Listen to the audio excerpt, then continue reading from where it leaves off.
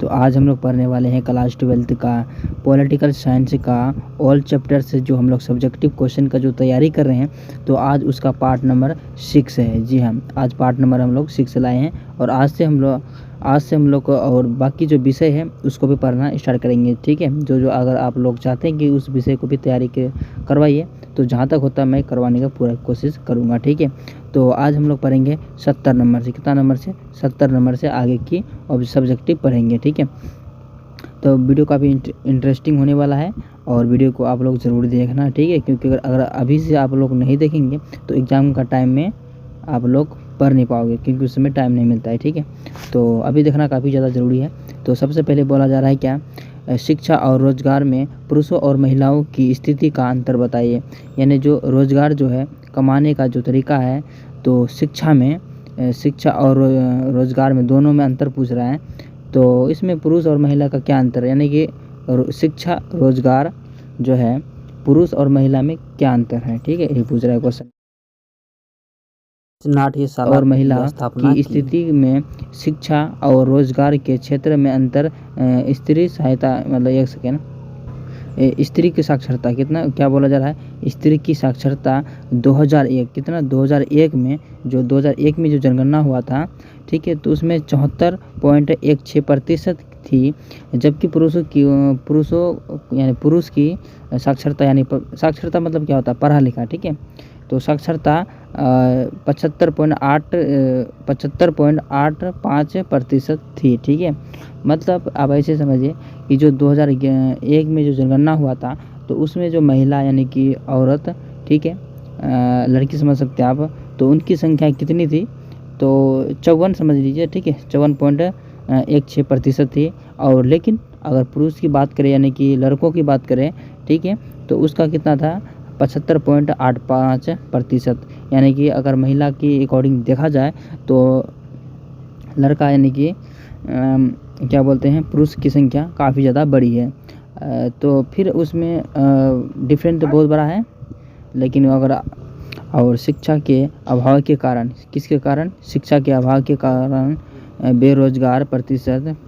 बेरोजगार के कारण प्रशिक्षण और स्वास्थ्य सुविधाओं के उपयोग जैसे छात्रों में महिलाओं की सफलता सीमित है। मतलब बोला जा रहा है कि जो महिला के जो पढ़ने का जो टाइम है और उस जहाँ तक पढ़ते हैं, मतलब ज़्यादातर उसका एक सीमित है, यानी उसका एक लिमिट है। ठीक है, और पुरुष ज़्यादा पढ़ते हैं अभी का डेट में, यानी ये 2000 कब का बात चल रहा है, 2011 मतलब 1 का बात चल रहा है। ठीक है, अभी तो लगभग बराबर है, लेकिन कम है महिला फिर भी। ठीक है, और चलिए 71 नंबर में देखते हैं। 71 नंबर में बोला जा रहा है क्या, चलिए, और 71 नंबर में बोला जा रहा है, इनकी 71 नंबर में बोला जा रहा है, इसमें बोला जा रहा है कि मई 1961, ठीक है, 1961 में केंद्र सरकार के काका और क्या बोला जा रहा है, कालेकर, एक सेकेंड, कालेकर उपयोग की और सिफारिश मतलब यानी कि पर भी जैसे बोलते हैं, अस्वीकार करने के बाद राज्य सरकारों को क्या परामर्श दिया। ठीक है, परामर्श दिया था। तो चलिए इसका आंसर देखते हैं। इसका आंसर भी काफ़ी अच्छा है। इसमें बोला जा रहा है कि केंद्र सरकार ने मई 1961 में अन्य और पिछड़ी, ठीक है, यानी पिछड़ी जाति यानी पिछला मतलब निचली जाति की अखिल भारतीय सूची को और समाप्त करते हुए और अनुसूचित जातियों तथा जन और जातियों की अतिरिक्त किसी भी जाति को आरक्षण न देने का निर्णय लिया।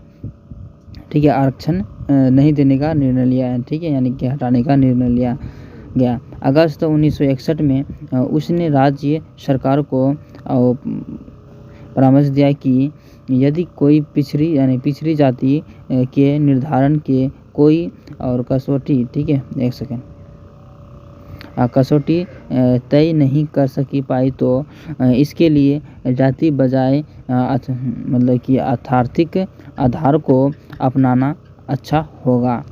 तो वही था। ठीक है, आप दोबारा देख लेंगे इसको, वैसे तो मैं PDF दे ही रहा हूँ, आप PDF तो ले सकते हैं। ठीक है, चलिए, और 72 नंबर में बोला जा रहा है क्या, क्षेत्रवाद एवं राष्ट्रीय सरकार विषय पर संक्षिप्त नोट लिखिए। तो क्षेत्रवाद के राष्ट्रीय के लिए चिंता उत्पन्न की। राष्ट्रीय सरकार को कई बार हथियार उठाने के मतलब कुचलने का प्रयास करना पड़ा था, ठीक है।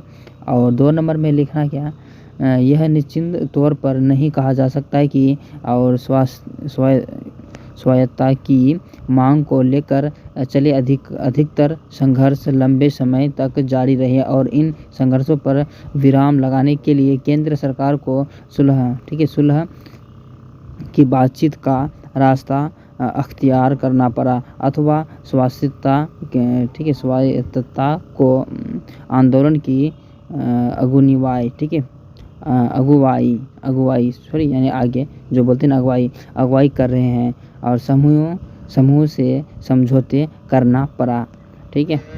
चलिए और तीसरा नंबर में देखते हैं। तीसरा नंबर में बोला जा रहा है क्या, क्षेत्रवाद के समर्थक गुटों नेताओं की आदि एवं देश की सरकार को मध्य हुई बातचीत के लिए लंबी प्रक्रिया को बाद में दोनों पक्षों के बीच समझौता हो सका और बातचीत का लक्ष्य यह रखा गया कि विवाद के और मुद्दों पर संविधान के दायरे में रहकर निपटाया जाए, ठीक है। और बहरहाल, ठीक है, बहरहाल समझौता तक पहुंच गए। यह यात्रा बड़ी दुर्गम रही और इसमें जब तक हिंसा के स्वर उभर कर नहीं आया तब तक नहीं छोड़ा।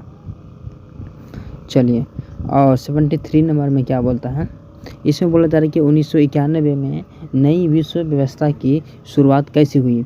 1991 में नई विश्व व्यवस्था की शुरुआत कैसे हुई, तो इसका नई व्यवस्था की शुरुआत की निम्नलिखित है, देखते हैं, ठीक है, कैसे। सोवियत संघ के अचानक विघटन के हर कोई आश्चर्य चरित्र रहा कि दो महाशक्तियों के अमेरिका तथा सोवियत संघ में जब एक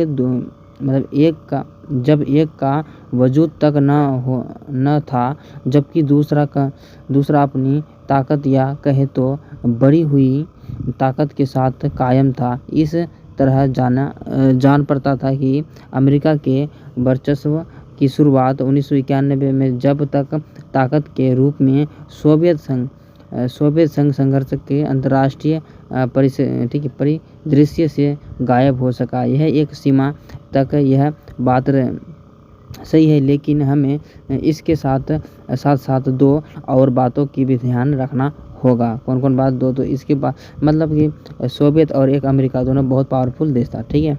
और 2 नंबर में बोला जा रहा है कि पहली बात यह है कि अमेरिकन वर्चस्व के कुछ पहलुओं का ऐतिहासिक 1991 तक सीमित नहीं है और बल्कि इससे कहीं पीछे दूसरे विश्व युद्ध की समाप्ति के समय 1945 तक जाता है। और 3 नंबर में बोला जा रहा है कि दूसरी बात कि अमेरिकन ने 1991 की सही वर्चस्वकारी ताकत की तरह और बर्ताव करना शुरू नहीं क्या दल, ठीक है। दरअसल यह बात ही बहुत बाद में जाकर साफ हुई है कि दुनिया वर्चस्व ने दौर में जारी रही है। और चलिए 74 में बोला जा रहा है क्या, तो 74 में बोला जा रहा है कि इराक पर अमेरिकन आक्रमण के 2 वास्तविक उद्देश्य लिखिए, ठीक है। कहाँ पर, इराक पर अमेरिकन का 2 कारण, ठीक है, आक्रमण का। तो देखिए सबसे पहले बोला जा रहा है इराक के तेल के भंडार के अमेरिकन नियंत्रण बनाने की अमेरिकन के एक विकसित देश है और यद्यपि उसके पास विश्व में लगभग तेल के 40% संसाधन मौजूद है, लेकिन यह तेल उत्पादक देशों के नियंत्रण में रखना चाहता है ताकि उसकी यातायात, सैन्य और अन्य संबंधित तेल आवश्यकताओं के साधन कभी भी किसी संकट का सामना ना करना पड़े। और 2 नंबर में लिखना क्या, अमेरिका चाहता है कि इराक में इसकी मनपसंद सरकार कायम रहे ताकि कुवैत सहित अन्य खाड़ी और तेल की उत्पादक देश के उनके मित्र और सहयोगी बने रहे। अमेरिकन अपने वर्चस्व को बनाकर रखने के लिए इराक सहित सभी देशों की अपनी मनपसंद सरकार कायम रखना चाहता था, ठीक है, ताकि उसको आमना सामना मतलब कि तिजारत करने में उसको आसानी हो। चलिए, और कितना 75 नंबर में बोला जा रहा है क्या, वर्चस्व का अर्थ होता है कि समझाना, समझाइए, ठीक है, इसका समझाइए। वर्चस्व का क्या माने होता है, देखिए वर्चस्व यह एक राजनीति की एक ऐसी कहानी है जो शक्ति के इर्द गिर्द घूमने, ठीक है, घूमती, यानी इर्द गिर्द घूमती, किसकी, शक्ति की, मतलब शक्ति की ही बात होता है वर्चस्व, जो बार बार बोल रहे थे ना, तो शक्ति की ही बात वो बोल रहे थे। तो किसी भी आम आदमी की तरह हर महसूस, ठीक है, समूह की ताकत पाना और कायम रखना चाहता है। हम रोजाना बात करते हैं कि फलां, ठीक है, फलां आदमी ताकतवर होता जा रहा है और या ताकत बनने पर तुला हुआ है। विश्व राजनीतिक में भी विभिन्न देशों या देशों के समूह ताकत पाने और कायम रखने के लिए लगातार कोशिश करते हैं कि ताकत सैन्य प्रभुत्व, आर्थिक शक्ति, राजनीतिक रुतबे और सांस्कृतिक बढ़त के रूप में होती है। अंतर्राष्ट्रीय व्यवस्था में ताकत का एक ही केंद्र होता है, इसे वर्चस्व कहते हैं। इसे क्या कहते हैं, वर्चस्व कहते हैं। शब्द इस्तेमाल से निर्णय करना ज़्यादा उचित होता है, ठीक है। और आगे पूछ रहा है क्या, एक ध्रुवीय, ठीक है, एक ध्रुवीय व्यवस्था का आशय स्पष्ट करे, ठीक है, आशय स्पष्ट करे। देखिए शीत युद्ध, क्या बोला जा रहा है, शीत युद्ध के समय में 1945 से 1991 के दो अलग, ठीक है, अलग फुट, ठीक है, गुटों में शामिल देशों के बीच शांति का बंटवारा था। शीत युद्ध के समय में अमेरिकन और सोवियत संघ ने इन दो अलग अलग शक्ति केंद्र के, ठीक है, अगुवा थे, और सोवियत संघ के पतन के बाद में दुनिया के एकमात्र महाशक्ति अमेरिकन बचा था। अंतर्राष्ट्रीय व्यवस्था किसी भी एक महाशक्ति का या उद्धत महाशक्ति के ठीक है दबदबे में हो तो, ठीक है, हो तो बहुतायत से एक ध्रुवीयता का व्यवस्था भी कहा जाता है। भौतिक शब्द में ध्रुव का यह एक तरह से, ठीक है, भ्रामक उपयोग अंतर्राष्ट्रीय व्यवस्था में ताकत का एक ही केंद्र होता हो तो उसे वर्चस्व शब्द के इस्तेमाल से निर्णय करना ज़्यादा उचित होता है, ठीक है। तो वही बात था इसमें भी। चलिए 77 नंबर में बोला जा रहा है कि यूरोपीय संघ के और आसियान के दो असमान, ठीक है, दो सामान्य उपयोगी निर्णय, ठीक है, क्या बोला जा रहा है, निर्णयों उल्लेख कीजिए, क्या बोला जा रहा है, उल्लेख कीजिए। तो इसका देखते हैं, इसका आंसर कैसे देते हैं। यूरोपीय संघ और आसियान दोनों ही अपने अपने इलाके में चलने वाली ऐतिहासिक दुश्मनों, ठीक है, दुश्मनियों और कमजोरियों का क्षेत्र स्तर पर समाधान ढूंढ लिया है वो लोग, ठीक है। और 2 नंबर में लिखना किया, साथ ही उन्होंने अपने अपने इलाकों में अधिक शांतिपूर्ण और सहकारी क्षेत्रीय की व्यवस्था की विकसित करने की तथा इस क्षेत्र में देशों की अर्थव्यवस्थाओं को समूह बनाने का दिशा में काम, क्या बोला जा रहा, काम किया है। तो ज़्यादा इसमें हार्ड तो था ही नहीं। चलिए 78 नंबर में बोला जा रहा है, इसमें बोला जा रहा है यूरोपीय आर्थिक संगुदान से आप क्या समझते हैं, यूरोपीय आर्थिक समुदाय से आप क्या समझते हैं। उत्तर में लिखना क्या, आर्थिक संघ के यूरोपीय आर्थिक संघ शांति, शीत युद्ध और दौरान के ही सभी समुदायों, ठीक, समुदायों में सबसे अधिक प्रभावशाली और समुदाय था। इसे पूरे यूरोप सामान्य बाजार में भी कहा जाता है कि इसे फ्रांस, पश्चिमी जर्मनी, इटली, नीदरलैंड, बेल्जियम तथा और कल्चमबर्ग और शामिल थे। इस संगठन का निर्माण यूरोपीय कोयला और स्टील समुदाय की प्रेरणा से क्या बोला जा रहा है, प्रेरणा से हुआ। इस समुदाय में पहले 5 वर्षों में 1951 से 1956 में इस्पात का उत्पादन 50% से भी अधिक 50% से भी अधिक वृद्धि दर्ज की गई है। और यूरोपियन आर्थिक संघ के और संपादन सदस्यों ने आपस में सभी प्रकार के सीमा कर तथा कोटा प्रणाली समाप्त करने के लिए मुक्त व्यापार अथवा खुली स्पर्धा का मार्ग प्रशस्त किया गया है। 1961 ईस्वी में गया। इसकी सफलता को देखते हुए 1973 में ब्रिटेन भी इसमें शामिल हो गया। चलिए, और 79 नंबर में बोला जा रहा है, आतंकवाद सुरक्षा के लिए परंपरागत खतरे की श्रेणी में आता है या अपरंपरागत खतरे की श्रेणी में आते हैं। ठीक है, चलिए इसको देखते हैं डिटेल में।